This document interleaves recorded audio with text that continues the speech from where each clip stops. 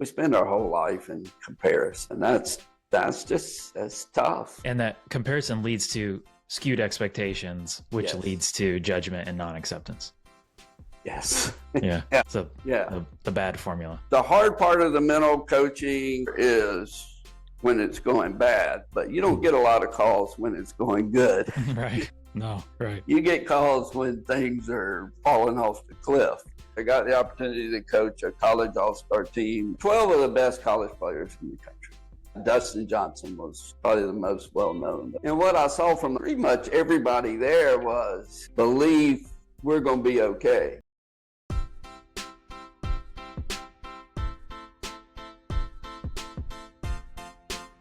Okay, let's start there. Okay, your player Riley, she just won.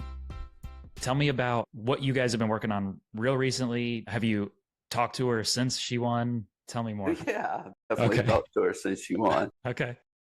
Yeah, well, I mean, 10 years of, I guess 10 years of working on stuff. I was down there with her in Florida in January for a few days. But it's not a lot different. It's just making sure that the things she does are in line with the things she does when she's playing well. I use a lot of different apps for coaching, OnForm and SportsBox and Smart to Move, different things. And really what I found out is find out what they're doing when they're doing it well, and then keep that. Mm-hmm. And that's really what we try to do as far as ball striking, and really go find a post I did the other day. It's on the Epson Tour. You can see it in the playoffs. She was in a playoff, and she made great putts on the playoff. 3 playoff holes, she made some great putts. And that's really the thing for a long time. It's like when you putt well, you're probably going to be in contention. Mm-hmm. And, we never talk about really winning. It's just, can you keep improving and can you get in contention? Right. And, she works with Dr. Brett McCabe. That's right. She has for a while. And he's just great keeping her grounded. You guys are the don't panic side of things. Sure. Everything's going to be all right. Let's just stay the course. And he's been, great getting her belief and trust and acceptance, all the things, and just getting her to understand herself. And you fight the same battles we fight, is that as coaches, we're all coaches, but it's can you stay the course, or are you looking for the next best thing? Mm-hmm. And, most people are quick to look for the next best thing. Yeah. So have you ever talked to McCabe yourself? Yes, absolutely. Okay. When you guys talk, just you two, or is it usually just you two? It's usually been the 3 of us. Okay. Yeah. Okay. Just making sure we're on the same page. When you talk to him, whether it's with her or not, what kind of question do you ask questions of him, or are you basically? It's like we're doing the right stuff. We just got to get better at it. Mm-hmm. It's not. We don't need to shift gears. We don't need to change how you're doing this or how you're doing this. We just need to, from a technical standpoint, we just need to make sure you're doing the stuff that you do when you do it well.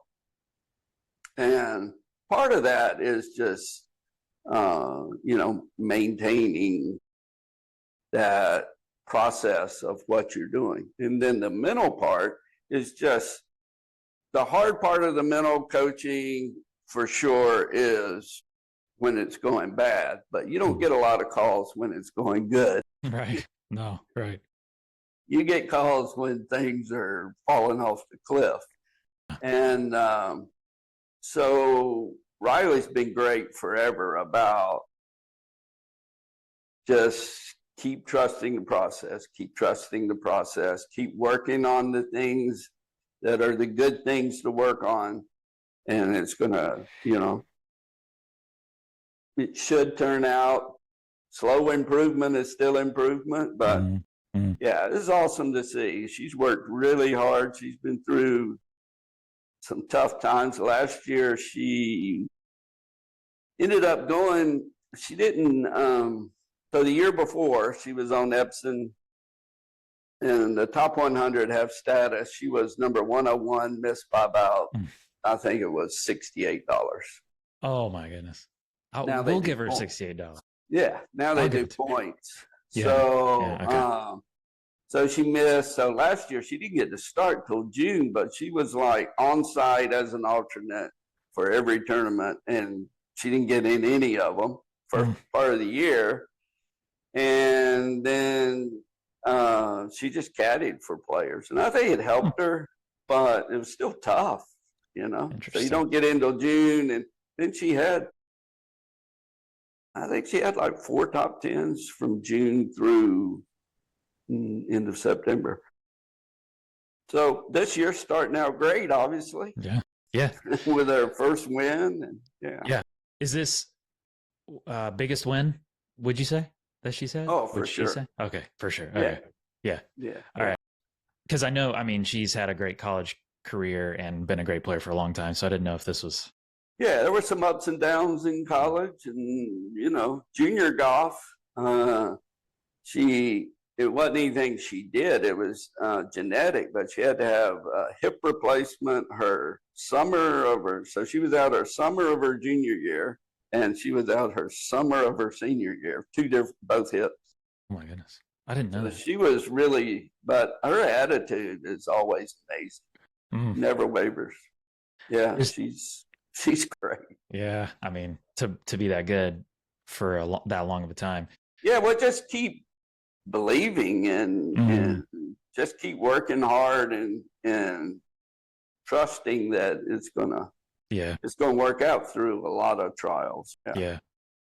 You mentioned wavering. She's a great player under some great coaches. Does she ever waver from is this the right thing I should be working on? Maybe we should try something else. She gets off on a tangent on her own, away from you. She ever struggle with that? No, not too much. Everybody is like, our whole life is a bit of a tweak, right? What it is. And, certainly she has friends out there and what they're doing, but she hasn't really, like, if she's got an idea, if she's on the road, we'll just do either a FaceTime lesson or she'll send me videos and, I'll use them on form. And so there's not really a lot that goes on that she's going, I think I may try this. She went to see Joe Mayo about some short game stuff, and I loved it. I loved what she did with that.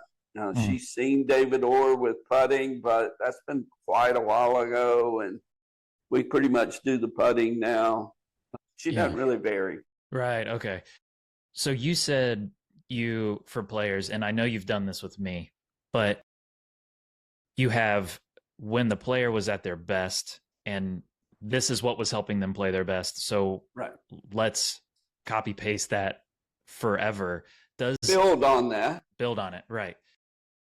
So how do you determine the point? How do you bookmark the point where, okay, this is the benchmark that we need to compare to? How do you do that process? For each player, it's obviously different. Okay. Yeah, sure. Benchmarks for certain players are going to be dramatically different than other players. Yeah. So that varies, but the personal benchmark is a little bit based on what's that shot quality or what are the results in practice, shot quality. And then, I like to measure practice. Yeah. So we've got something to go. When you're doing it well, these are, either the numbers, or these are the shots we're hitting, or this is the way it's coming off the face, and then can we measure that? But really, I like to know how a person's doing in practice, because as you were so great at, when you were really, into it playing, was when you get your practice level to a certain place, then your just non-competitive play is going to be pretty close to that. And for me, that's the ceiling.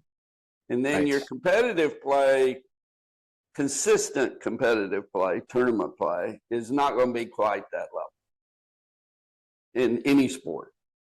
There, you're going to have moments where you rise above that, but consistently you're going to be a little bit below that. But the better players, and this is what we saw with you, the better players are really close, those three components. So, being able to use your practice as, for me, practice is as much about being able to then use the psychology of playing as anything else. Can you have access to your skills? Yeah. The better, we all have ups and downs. It's always going to be some variance in playing golf, right? Yeah. The better players are able to access their skills at a higher level in tournament competition. Right. And whatever that level is. Right. The baseline being how good are you in practice? That's what the mental game is accessing when you're playing. Yeah. Don't you think? Do you think? Yeah. Yeah. So I don't know, in your experience, and I know you don't specialize in psychology or mental game, but the way that you helped my mental game when I was competing a lot was as good as any psychologist would. So what do you think blocks a player from accessing their skill? Again, everyone's different. I already know you're going to start there, but what do you think? Okay, let's just take Riley. What blocks her in a common scenario? Like, what's a common thing that blocks her from accessing her skills? I'm assuming she follows into that same line of her practice is really good and her play is really good, but it's not quite up to her practice level. So I don't know. What do you think blocks it? Right. And she's great about, with, we use Clip a lot with the app for stats. And it's especially short game and in putting. It's great to track, how well are you doing in practice. Approach is more difficult in practice no matter what you use. It's just more difficult unless you have a simulator, and then it's a simulator. It's not real. Yeah. But it's close. And, so what does she do? What does she struggle with? I think it's the same human factors of what if it doesn't turn out the way I want it to turn out? What if my ball goes over here? Her mindset is really, she's long. Yeah. She's very long. Yeah. And so, our goal is, can you hit? So my goals for people are different, When you were playing, we needed to hit about 75% of the fairways. For her, it's more about, can we hit 60% of the fairways? But more importantly, on most courses, do you have a second shot toward the green? Yeah. Are you in play? Yeah. And that's really the key for her. So what does she struggle with? It's the it's the same things that most players struggle with, but Yeah. hers is on a hot. She's been working with Brett McCabe for a while, but hers is a lot tighter. It's not as much variable of if I hit a bad shot, everything's gone. Right. Her acceptance level is really, really high. But it's still like, what if I don't do well this tournament? What if I don't do well, for this shot? Those battles are pretty common. Define acceptance. For me, acceptance is being able to, for a particular shot, start there, is being able to freely hit the shot without fear of consequence. And as you say, you can do it in a non-judgmental way.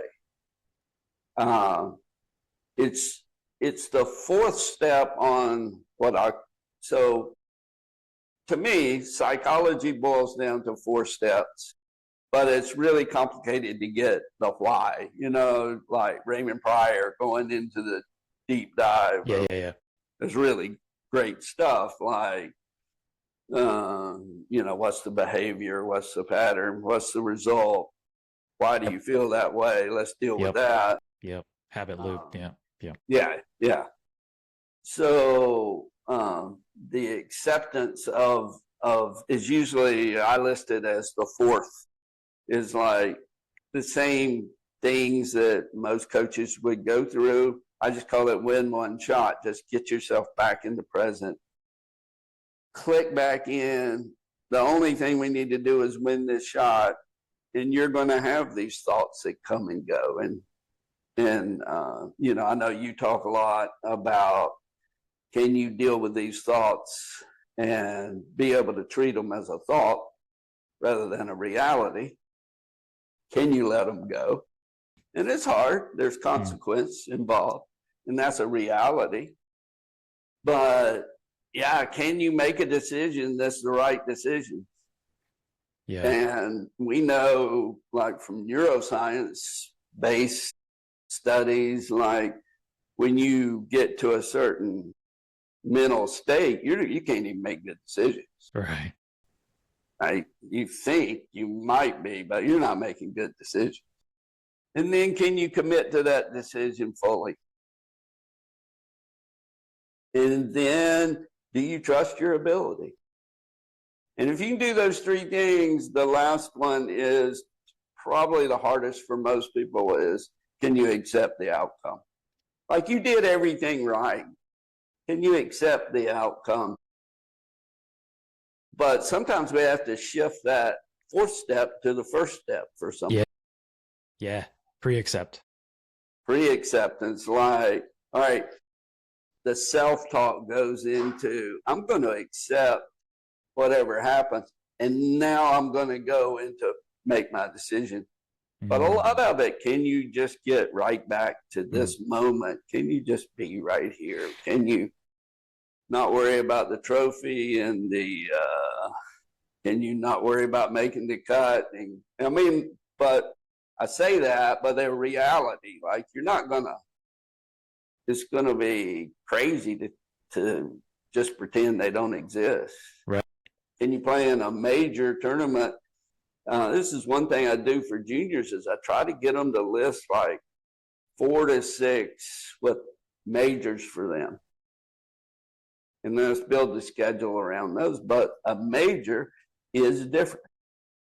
Professional or amateur, or, when you were playing in the U.S. Mid-Am, that was different than playing in the Triad amateur.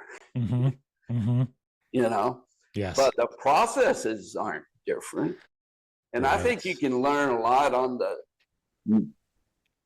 tournaments building up to the majors, your specific majors, because then you can learn that my mental process isn't changing. Yeah. I like that.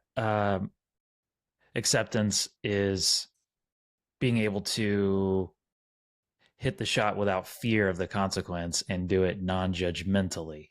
That's something that you always, the part of the win one shot, the acceptance was, can you accept the shot without judgment? So I don't talk a little bit more about the what does it mean to have judgment on the shot? What does that mean? That's so typically if we hit a really good shot for us with our skill levels, we hit a good shot, we go, well, that's the way it's supposed to be. Kind of the way humans, we're wired this way.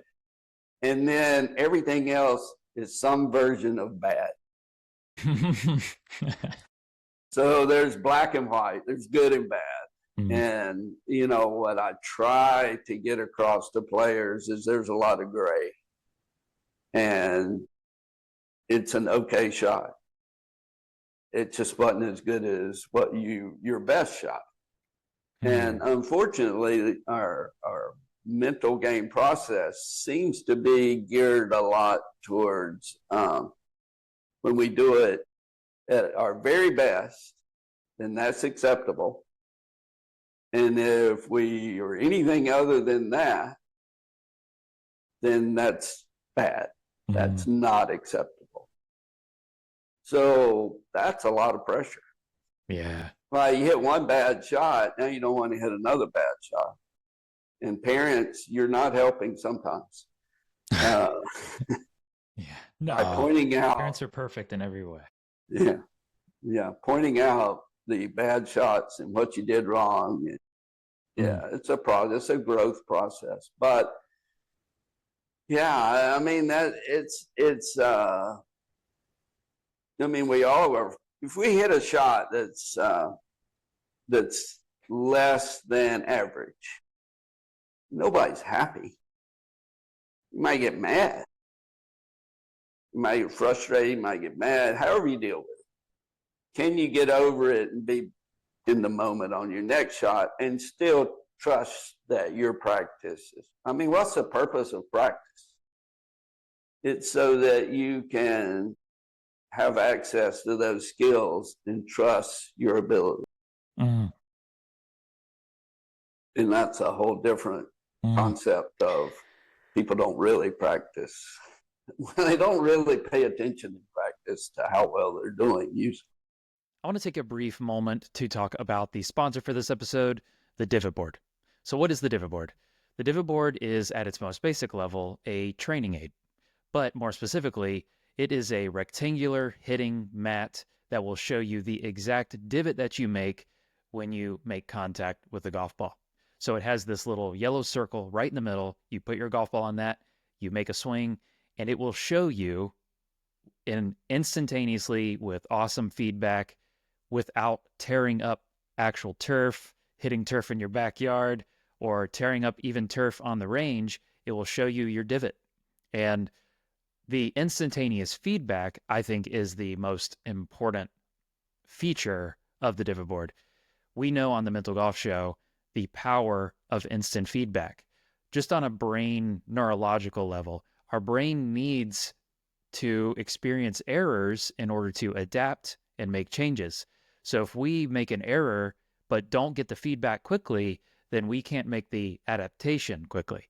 But the Divot Board, as uncomfortable as it might be, shows you your error that you made on that swing instantaneously. And I personally think it's more accurate of feedback than even hitting off grass, because you can see exactly where your ball was with that yellow circle. You can see exactly where your divot started relative to that circle. And you can see the path of the club, of whether it was out to in to out.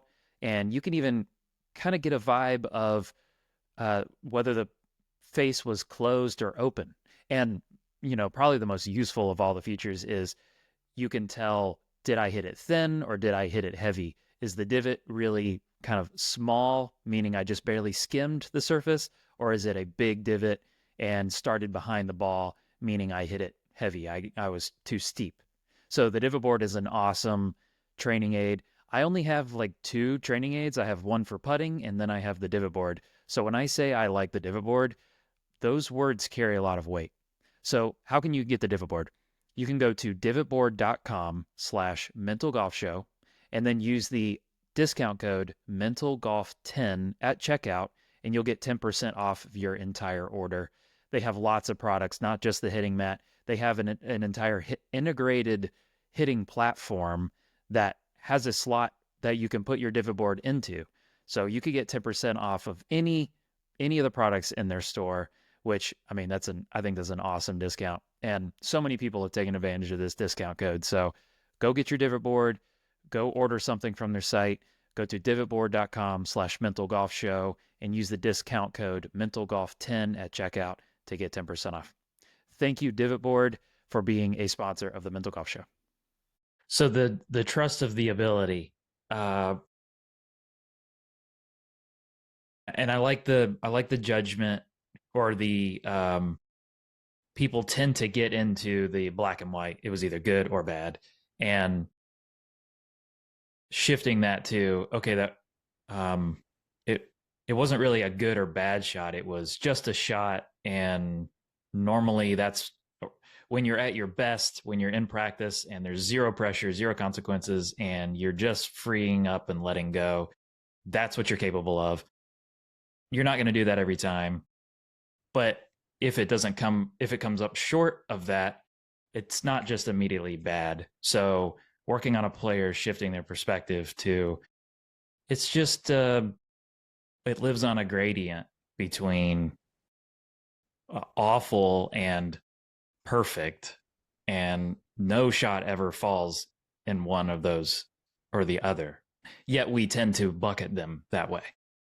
Exactly. Yeah. So on just a math base bell curve, 2% of your shots are going to be unbelievably good. Let's call them perfect. Mm-hmm. 2% of your shots are going to be horrible. Mm-hmm.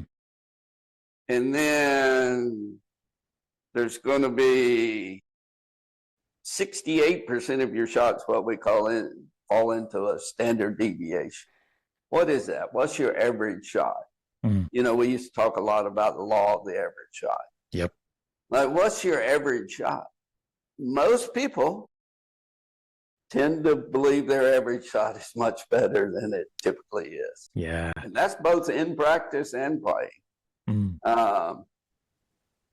So therefore, from 100 yards, if you hit a shot, if you're a single-digit handicap player, and you hit a shot 30 feet from the hole, you've probably hit pretty close to an average shot.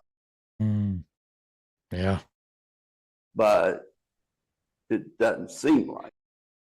Yes, skewed expectations lead to judgment, right? Is that fair to say? Yeah, absolutely. Yeah. And then no acceptance. Yeah. Because if it's bad, then there's no acceptance. Yeah. Right. Right. If it's good, we accept it. That's who I am. Mm-hmm. If it's bad, we don't accept it. We judge it, and then our worst critic is usually ourselves. Anyhow, like we're hammering ourselves about how bad we are, and really, you just hit an average shot. You hit an average shot, you're okay. Right. Yeah, and that is how you can have pre-acceptance, is if you believe that before you hit it. Yeah, it's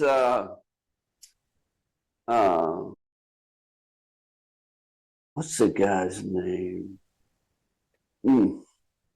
Worked with Ledbetter, Dr. Robert. That's bad. Can't remember it right now. Okay, Dr. Robert. Yeah, we can edit that. Anyway, it was a similar type explanation, but he did it with marbles. Yeah, so he had these buckets of marbles, and he poured them all into pull one out. So Could be Dr. a Robert black Winters. marble, could be a red marble, could be, I think he had 2 or 3 colors. Okay. But you don't know when the bad marble's going to come out, was his. Like, you hope it doesn't come out at a really bad time. Mm. But, I mean, we know that statistically, you're going to hit 16% of your shots below average, right? Right. Your average, whatever that is. And that you may have rounds where you don't, but consistently, if we take an average bell curve, some of them are going to be below average and some of them are going to be above average. We tend to think we're above average and then average is bad. Yeah.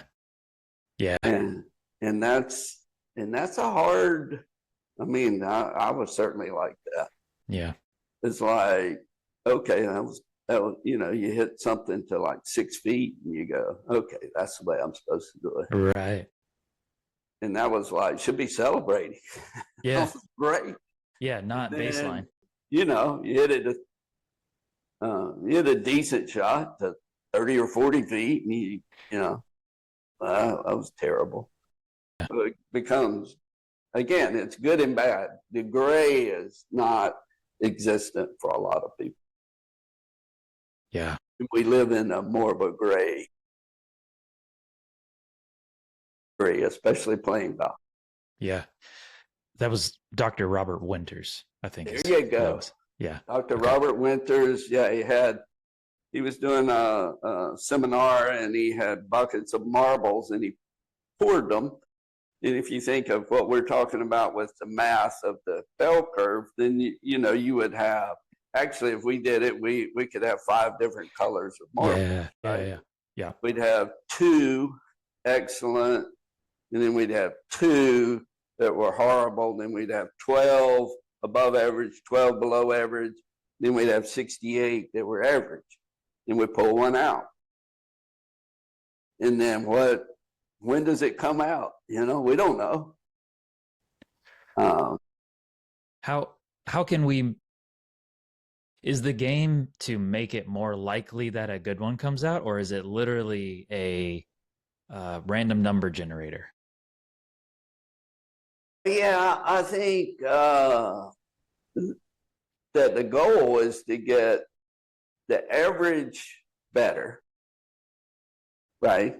Makes sense. Yeah. How do we improve the average? Right. Like practice is the practice. And yeah. The better the player, like your typical below average shot is going to be better than somebody else in their below average shot. Yeah. So it's, can you relate it to your own game? Mm-hmm. Like, are you okay with your own game? Instead of comparing. Yeah, comparing. Yeah, the comparison syndrome's a tough one too. We spend our whole life in comparison. Yeah, we do. Yeah, and that's tough, you know. And that comparison leads to skewed expectations, which leads to judgment and non-acceptance. Yes. Yeah. Yeah. So the bad formula. Not the best. Yeah. And that formula makes it less likely to play freely. There's more fear of consequences, not going to access your skill as often. Fair to say? No question. Right. Yeah, because, well, go back to, there's not 5 buckets, there's 2 buckets. And one bucket, if we looked at the marbles, would be, I don't know, it would be like 85 of them would be green, good marbles, and maybe 15 of them red, maybe. And they're either good or bad. And that's what we have in our mind.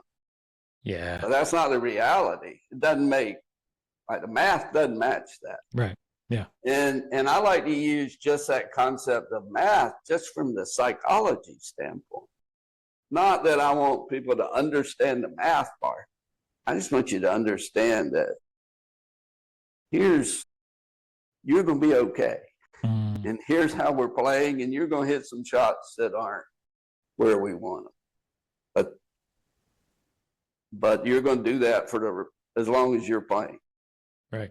And using practice and swing instruction and fitness and different nutrition The whole deal. to shift the curve higher. I mean, from equipment to the fitness to the ability of the coaching to help with the mechanics, to your ability to be able to have access to those skills and play a little freer moves that average a little bit higher. And if we can continue to move the average, then you're going to have some weeks where things go great and, Riley Smythe has a trophy. And you're going to have, it's just that concept, though. And again, for parents, a lot of times, it's a tough one. My philosophy is, can you get in contention 30% of the time?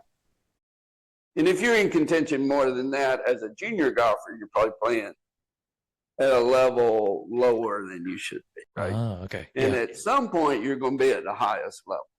And if you're in contention more than 30% of the time, then you're playing great. And then can you occasionally convert one of those times you're in contention? But my focus is on, are we continuing to improve? And then can we just get in contention? And then if we're there enough, Yeah. something Same marble good's thing. going to happen sometime. Yeah. Yeah. Right? The same marble thing Instead applies of, to results. Yeah. I have to win. You should be winning. You should be, it's like, you really should be in contention about 30% of the time, and then can you convert? So if you look at a professional golfer, one win a year is great, right? Yeah. And if they're in contention, they play 25 tournaments. And they're in contention 8 times. That's a really good year. Yeah. Right? Well, why is that not the case in college? And why is that not the case in amateur golf? And why is that not the case in junior golf? Why would it be different? Right. But the expectations of a pretty good player are, it's a lot different. Yeah. Like, I should win every time. Or again, just understanding that A, it's hard to win. B, you can't. Right. Just press a button and go, I'm playing good this week. All you can do is prepare. And, one of the things you did so great was whether you played well or not. You were prepared. Now, you are not prepared. Get it? I'm trying. I just heard your last podcast about your tournament. Yeah. That's kind of like how I play now, too. Yeah. Yeah. You kind of hope to line things up, hope to get on the better side of average, and the average has shifted. Right. So I wish my mental game understanding would have been this good when I was back really trying to play. But this is life. Still, it's still a interesting battle. So how do you balance, extreme self-confidence and high standards with realistic math probabilities? If Riley said, I feel like I'm playing good enough to win. Obviously you're not going to say, you're probably not going to win. Sorry. But I mean, how do you talk through that? How do you kind of navigate that kind of extreme confidence or feeling really good? Well, I think that's a good thing. Like, there's different words in psychology that have different meanings for different people, right? Sure. For me, belief and expectation are two totally different things. And I relate it like this. If a person has deep self-belief, and I saw this when I was coaching, when I was coaching in college, I got the opportunity to coach a college all-star team. And one time we were in the U.S., one time in Japan. It was called the U.S.-Japan team matches. And there was the Arnold Cup and Arnold Palmer Cup, and then the U.S.-Japan team matches. And yeah. So they were eight guys and 4 girls on the team. So 12 of the best college players in the country. And what I saw was Dustin Johnson was probably the most well-known of the ones on the team, but definitely the most well-known. And what I saw from pretty much everybody there was a belief we're going to be okay. Raymond Pryor would call it stable confidence. I would call it just grounded self-belief. But basically what I observed was that if something goes wrong and you have that stable confidence, that there's, I'm going to be okay kind of mindset. It's going to be all right. And if you have expectations, but they don't come with that stable confidence and self-belief. And again, different words mean different things. But for me, then that expectation, something goes wrong, and now, oh no, what am I going to do now? Now I can't make another bogey. Now I'm 3 over. Score gets super important because you don't want to mess up again. And it's just a different way that I see players with it. You know, it's like, and you're not going to be the same consistently. But still the goal is lower expectations and higher stable confidence, self-belief. It seems to be a good formula of I'm going to be all right. I just hit a bad shot. Yeah. What, I don't know. Okay. Observing on that team or Riley, what do you see as a source for being able to credibly say, I'm going to be okay? Like, what does that mean? Like how big or how small do you mean I'm going to be okay? Well, I mean, I think that's one of your biggest tasks as a mental game coach is getting that message across that your player's going to be to the player, they're going to be okay. Like you might not go through this stretch, but what we don't want to do is have the dreaded downward spiral, right? Can we prevent the downward spiral, which is bad shot, try to fix it, try harder, bad shot, try to fix it, try harder. And then, you know, you've gone through, I call it a blur of about 3 or 4 holes, and you've thrown the tournament away. And then you go, what the heck? And then you play all right. Yep. And that's pretty common. So I think the stable confidence and the self-belief are things that have to be worked on. And it's listening to good stuff. It's reading good stuff. It's just keep reinforcing that and understanding, like, you can get better. That's the goal. It's all about improvement. But, you know, that shot really wasn't that bad. You're still okay. That's an okay shot. I know Lynn and Pia talk a lot about shots are either good, great, or okay. It's kind of that. I don't know if they use those terms, but basically that. Sure.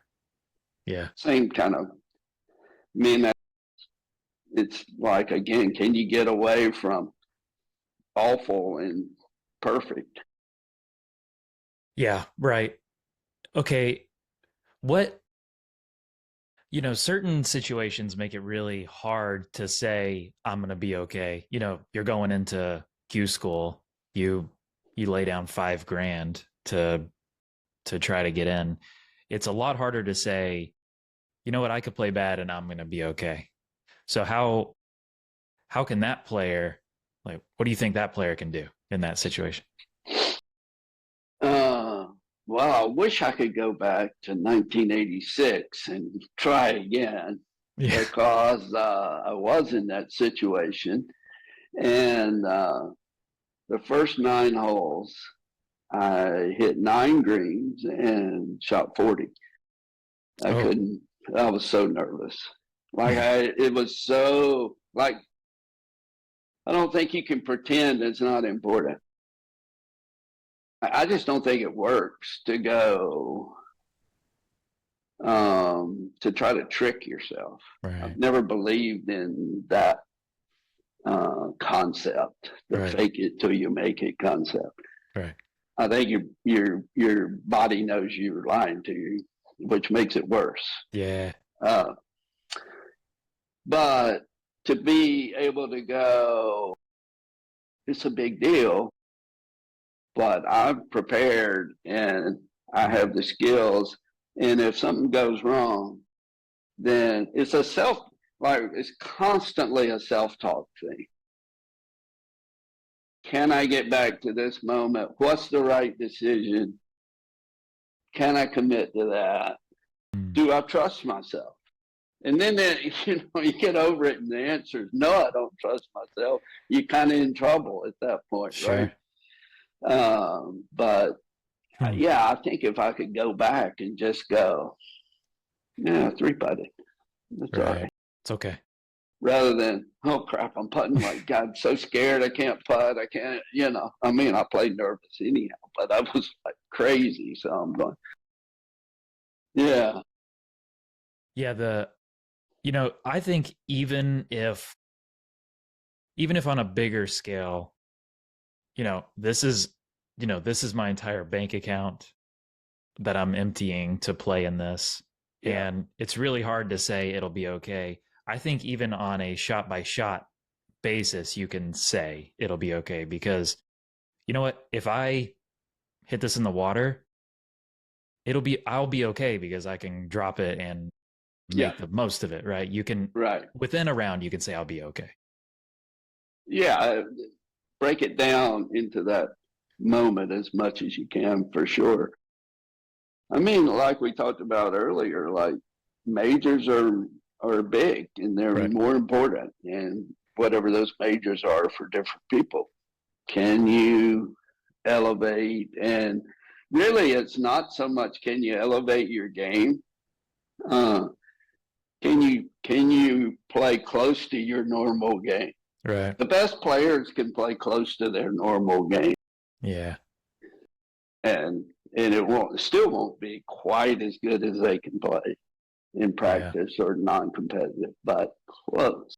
Yeah, they don't muster some magical new level typically. No, there's tons of studies. Basketball is a really good one because they measure the last 2 minutes, so they measure if you're behind. Michael Jordan's famous for being like Mr. Clutch, right? And his performance went considerably down at the end. And obviously Tiger's the greatest we've seen in this generation. Lou Stagner put out a great, you know how he does his emails, and on there's this little quiz, quiz. And, so it had on there, and I can't remember the numbers, I have to pull it up. It had Tiger averaged, and let's just say 50% from 7 to 9 feet through his career or through these years or whatever it was. How did Tiger do on the back nine when he's in contention? I think it was, but on the back nine, coming down the stretch in a tournament when he's near the lead or in the lead. And it gave several multiple choice answers. And it was like 69%,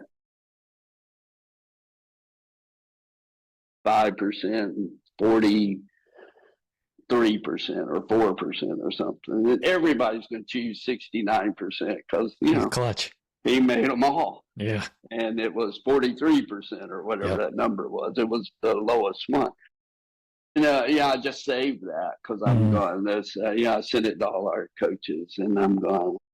I mean, nobody gets this right. It's because we have this image of non-reality, and then we think, we should be at 100.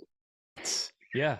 We should not even just live up to Tiger, but fake Tiger fake standard. We should be beyond fake Tiger standard. That's right. Yeah. He got worse under pressure. Yeah, he got worse. Michael Jordan got worse. He missed more shots in that late stage of the game than he did the other parts of the game, or when the game didn't matter. Right. I mean, it's there's trackable evidence that everybody gets a little bit worse. That's okay. Caring less versus working hard. This is a concept I've always maybe struggled with. I was looking back through some of our old messages that we sent to each other, in 2017 or whatever. Something that kept coming up in the things I was saying was I care less about the result. I care less. But at the same time, I was maybe a harder worker than anybody else, at least that in my circles, I was a harder worker than anybody else as far as time and quality. Right. So I don't actually have a great answer for how I was able to care less while also care more at the same time. So I don't know what kind of question I'm asking here, but how do you think you balance caring less versus still caring a lot and maybe even needing to care more? Yeah, I'm not even sure that's the right term, but I'm not sure we have a good term for it, honestly.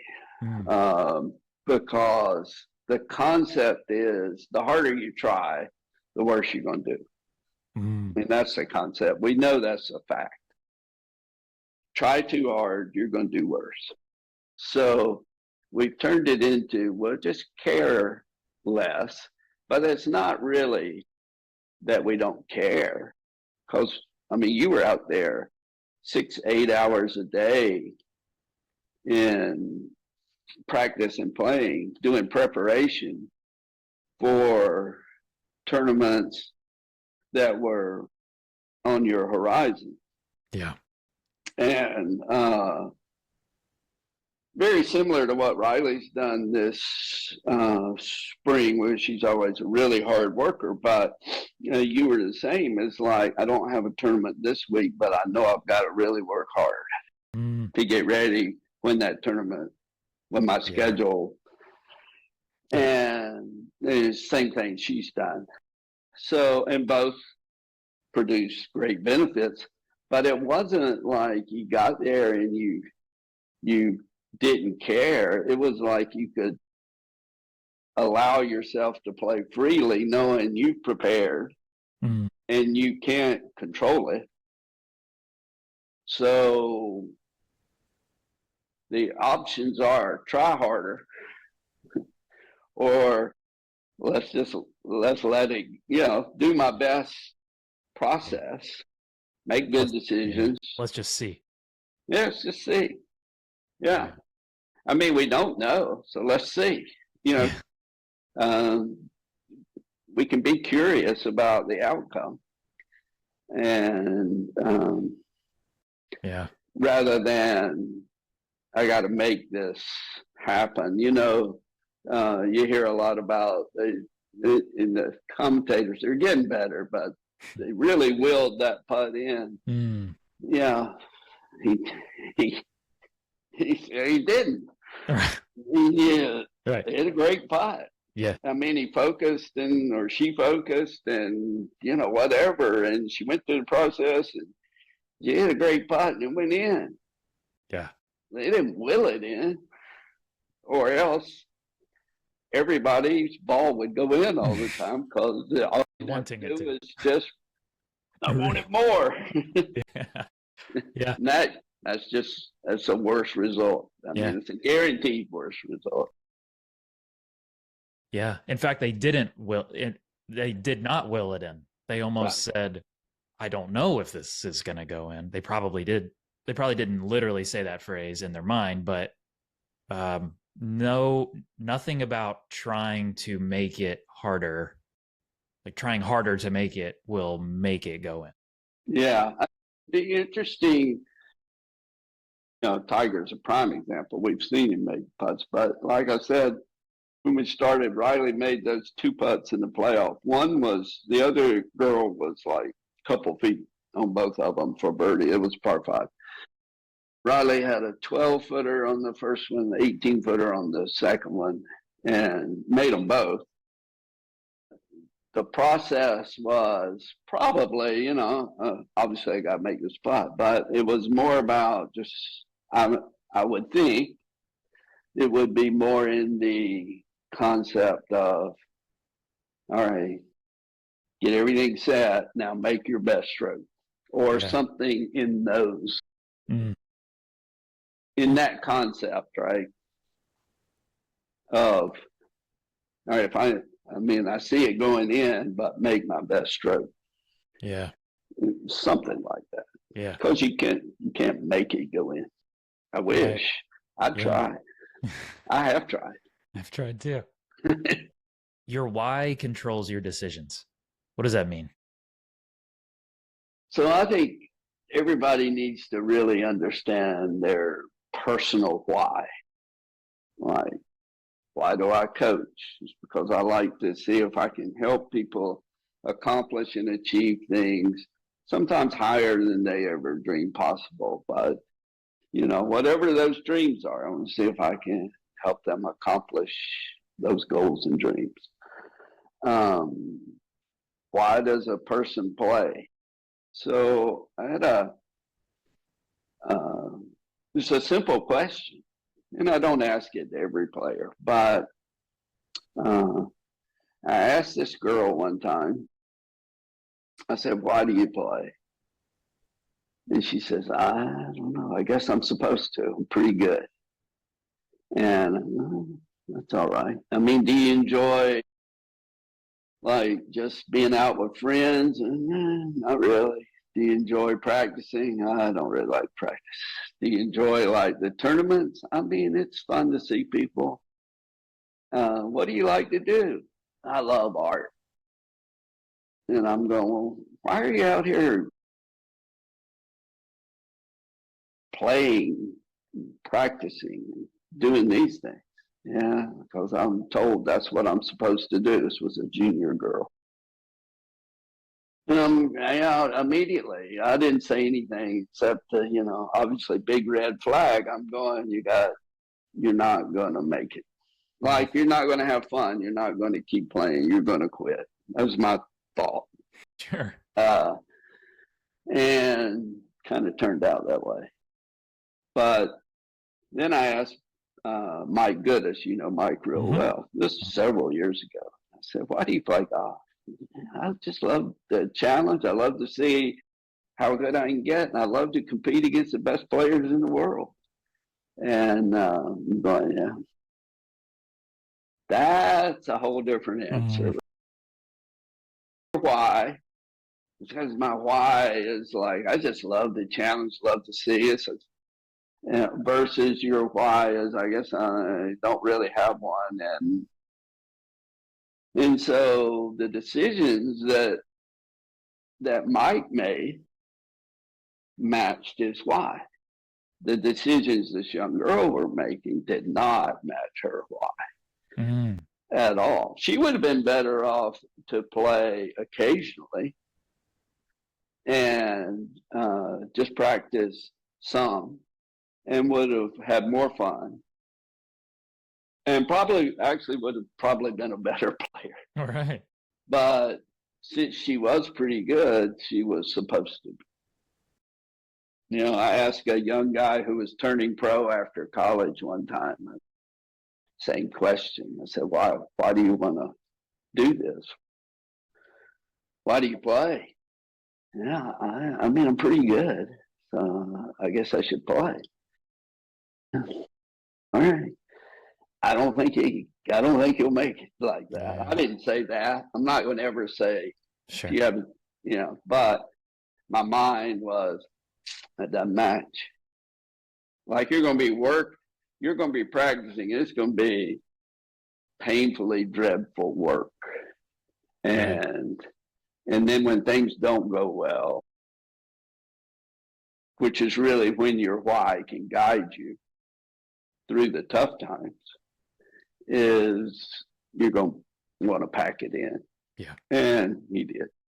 Yeah. I mean, it's hard. Can you change your why? Yeah, for sure. Yeah. But you need to like really spend some time going, this is really what I want to do, and why is this important to me? What does this mean to me? My why is I want to see how good I can get, and I don't really care what anybody else really thinks or says. Riley Smythe, huge why in that department. Like, yeah, that's what I'm going to do. She said in her last year at University of Virginia that she was going to turn pro. She had no record to support the fact that she should turn pro. She'd have a couple, every now and then she'd have a decent tournament, but there was no record that would go, yeah, that's what you should do. That makes it like there weren't really a lot of people in support of her admitting that that's what she wanted to do. And then when she played good, it would be like, well, she should have never said that. Now she's putting pressure on herself. Not putting pressure on herself. Who she is, what she wants to do. That's just why she's working. She believes this. I believe this. So, if they're not aligned, it's really hard to get through the tough times. And that's why somebody like Mike or Riley or other really good players I work with, like they can make it through the tough times. And then you do all that and you get to hopefully win now and then. Yeah. But yeah. Robert Linville, thank you so much for your time here. This was a pleasure as always getting to talk to you. Talk to you. Yeah. Yeah. And then I get to see you Friday. See Friday. Yes, sir. Yeah, we're gonna test that swing out, see what you got going. Yeah. I think it's getting better. I've been grinding on it, practice swings, hitting balls into my bed sheet right over here. Yeah, hitting the foam balls into your bed sheet and doing air swings. And then when's your next tournament? Boy, June or July at this point. Last time. Oh, it is? Yeah, last time you said, when's your next tournament? And I forgot that it was 2 weeks from then. And at this point, it's probably summer. Okay. Yeah. Yeah. But I want to get better by the time the summer gets here. Well, yeah. I need to. That's the goal. Yeah. Always improving. Yeah. Okay, Robert. Thank you so much. Thanks, buddy. All right, everyone. I hope you enjoyed this conversation with Robert Linville. And I don't know if this is actually clear. Robert is my own golf coach. He's my swing coach. He's the coach that I have been going to since 2016. He's the coach that led me to the finals of the U.S. Mid-Am that brought me from the kind of depths of the plateau of my golf game to the best golf I have ever gotten to. So needless to say, I really like Robert. And I hope that comes through with this. And Robert is so smart, and he's been doing this for so long. I think he's probably going on, 35 or 40 years of coaching in some capacity. And he has just a long line of amazing players, both professional and amateur. And he's just one of the best in the business, if you ask me. And I think one of the most underrated in the business. So I hope you got a lot out of this conversation. I definitely did. And I want to give a special thanks to the Divot Board for partnering with the Mental Golf Show. Again, go to divotboard.com/mentalgolfshow and use the discount code mentalgolf10 at checkout, and you'll get 10% off of your entire order.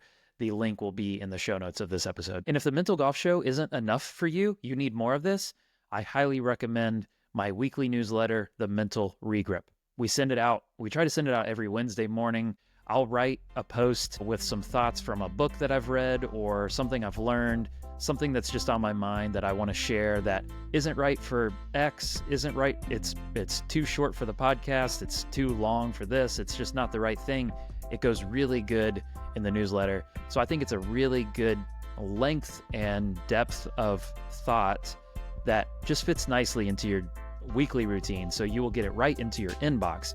So you can go to joshnicholsgolf.com/newsletter to sign up for the weekly Mental Regrip newsletter. All right. Thanks everyone for listening to this episode of the Mental Golf Show. I'm Josh Nichols, and I will catch you guys next time. Play freely, everybody.